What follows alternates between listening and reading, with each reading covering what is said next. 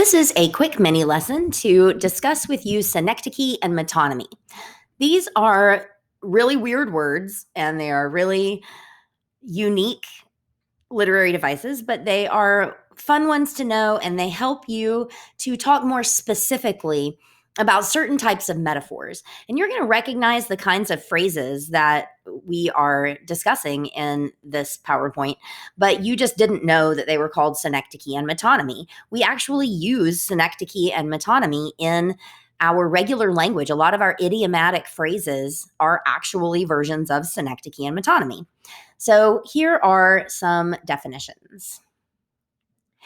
And there are several for each one. So definition 1 for synecdoche is using a part of something to refer to the whole thing. So for example, all hands on deck. When the captain says that, he does not just want a bunch of hands to show up. He wants an entire sailor to show up and help him. So the hands are representing the entire sailor. Nice wheels, someone from the 50s might say about a car, but they actually mean the entire car. They are not just commenting on the wheels.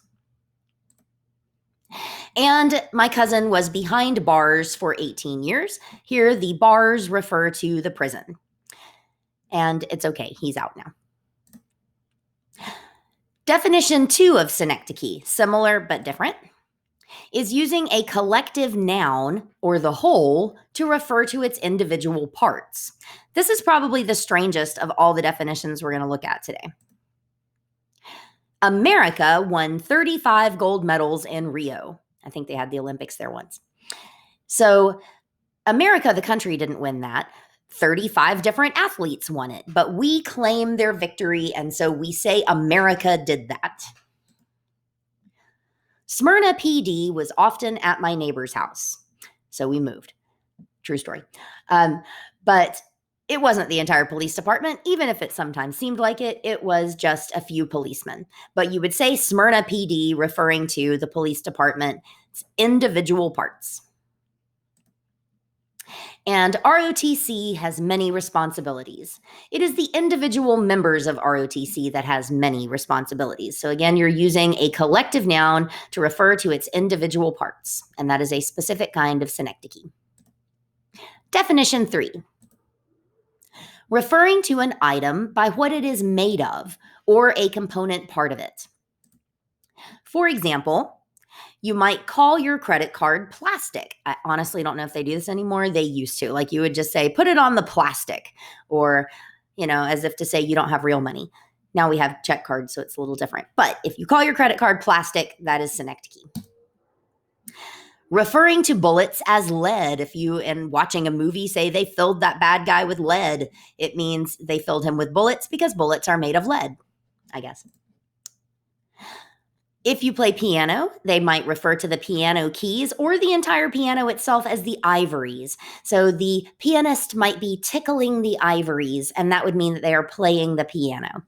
Piano keys used to be made of actual ivory. Luckily for the elephants, they are not anymore. All right, so that's synecdoche. 3 definitions. Oh, I don't want to go all the way back. Never mind. We'll do that later. Metonymy then, little simpler. Metonymy means a word that is used to refer to an associated characteristic or trait rather than simply the objects itself.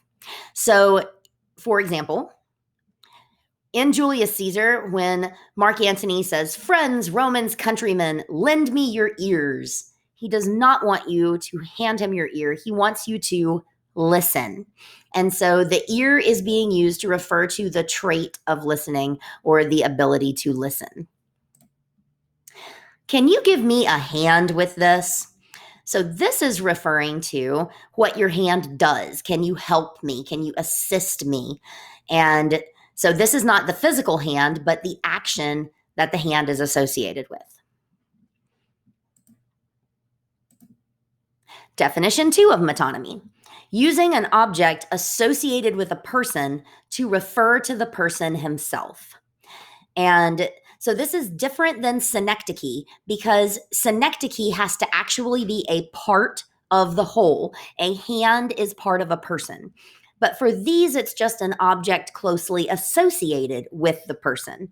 For example, the White House issued a statement this morning. That would mean that the president or the government issued a statement. The House obviously did not talk. The dinner guests were anxious as they waited for the crown to arrive. So the crown, it stands for the king. And the crown is something closely associated with the king or queen. Really more the queen at this point. Here's the catch, though, that makes synecdoche and metonymy difficult. It's really all in how you explain it.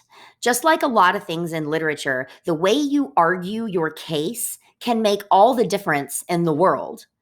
For example, if you're looking at the statement, he ruled with a mighty hand.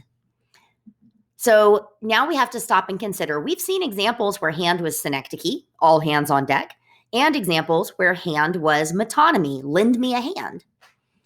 So we have to consider, are you talking about the entire king, in which case that would be synecdoche because the hand is part of the king? Or are you talking about that the hand represents leadership and his power, in which case that is metonymy? And the way you argue it is the important part. So, synecdoche and metonymy, pretty complicated stuff. Look back over those definitions and then give a hand or give it a try on these examples. These are all also listed on Kidim, so you can go through and consider them. And I'm going to actually upload just this basic PowerPoint without a video to Kidim as well, so that you can go through it without having to listen to me talk about it to look at your notes. So consider which you think is going on here. Make sure you also explain why. Don't just write S or M. Explain why you think so. And good luck.